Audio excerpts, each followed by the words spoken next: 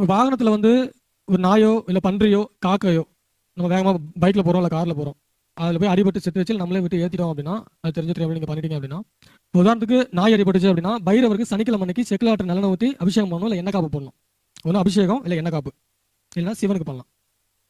எண்ணெய் காப்பு அதே சனிக்கிழமை அன்னைக்கு தான் நான் சொல்றது எல்லாமே. சனிக்கிழமை அன்னைக்கு எண்ணெய் காப்பு இல்லைன்னா செக்குலாட்டு நல்லெண்ணெய் ஊற்றி அபிஷேகம் பண்ணணும். ரெண்டுல ஏதாவது ஒன்று பண்ணிக்கிறோம்.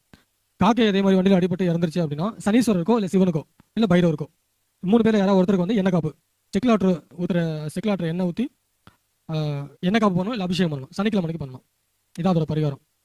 பன்றி அடிபட்டுச்சு அப்படின்னா அடிபட்டு போயிடுச்சு, பன்றி வண்டியில அடிபட்டதுன்னா அந்த வண்டி வித்துருவாங்க.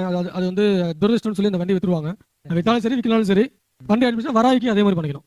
வராய்க்கு சனிக்கிழமை செக்குலாட்டு நல்லெண்ணெய் ஊற்றி அபிஷேகம் பண்ணிக்கணும், இல்லைன்னா வந்து எண்ணெய் காப்பு பண்ணிக்கணும். சரிங்க. அந்த வண்டிக்கு என்ன பண்றது? கோமியம் தெளிச்சிக்கலாமா? பஞ்சகவியம் தெளிக்கணும். பஞ்சகாவியம் பஞ்சகவியம் இல்லை கோமியம் தெளிச்சினா அந்த வண்டி வந்து